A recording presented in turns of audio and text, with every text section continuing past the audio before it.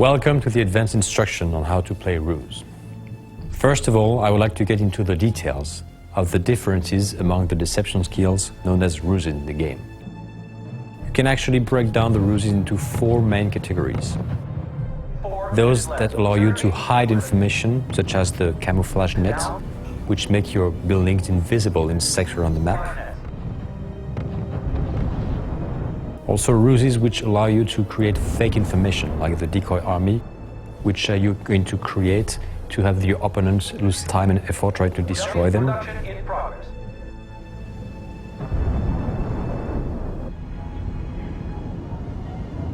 Yes, sir.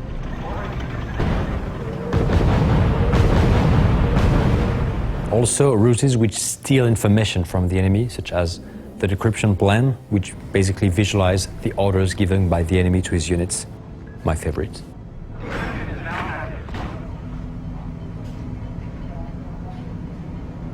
And finally, there are R.U.S.Es which affect the psychology of units, such as the fanaticism R.U.S E, which makes your units fight to the death. There's no retreat even though they're damaged, so you can really overrun the enemy with this R.U.S E.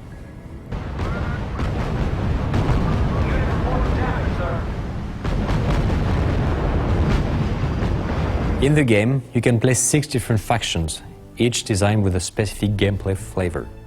I'm going to ask Alexis, Creative Director of R.U.S E, to explain this to me. So Alexis, what is the best adapted gameplay style to me?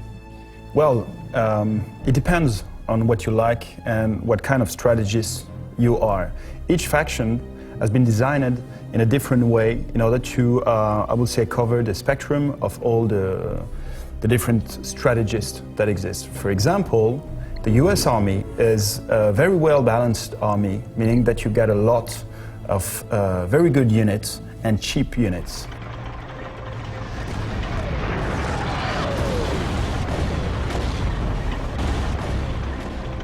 At the contrary, the German army has a different approach. You have the best unit, the most powerful, but they will be the most expensive units. So when you will play the German army, you will have to make a lot of choices because you will not be able to have all the units on the battlefield. So you will have to focus on different kind of unit you want. Another example is, for example, for the Britain army, they have tremendous air power, air superiority, and all the aircraft. So this is something, when you will play these nations, you will have to have in mind, meaning that each nation has his very strong assets and also some weaknesses.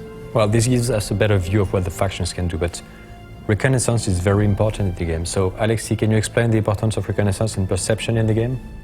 Yes, indeed, reconnaissance is one of the key to victory, because reconnaissance is absolutely necessary in a strategic point of view. On a strategic point of view, you have to know what your enemy is doing and to have clear vision of the unit you have in front of you. The second point is, on a tactical point of view, you need to have reconnaissance unit in order to allow your very powerful unit, which has some long-range cannon, to be able to shoot at their maximum distance to benefit from their full power. So these two elements are very important to have in mind to play more efficiently at R.U.S E.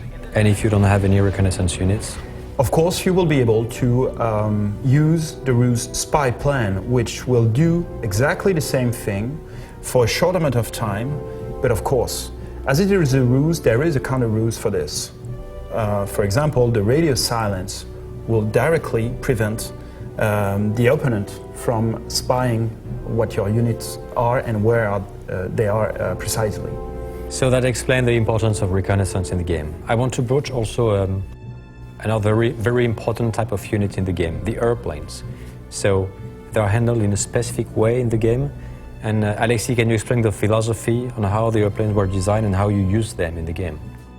The idea about the aircraft is to change the balance of power in a specific zone in order to support your ground troops. For example, you have your front line and you want to push forward. You need more firepower at this very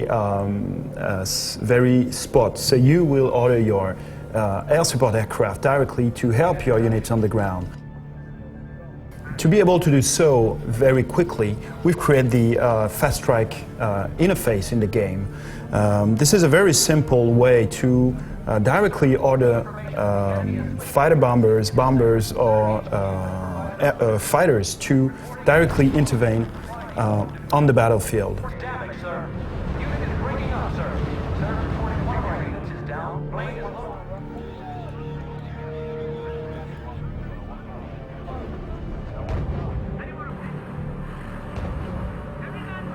And of course, you can still improve your perception with air recon as well. Absolutely, which is, like we said, something that is very important.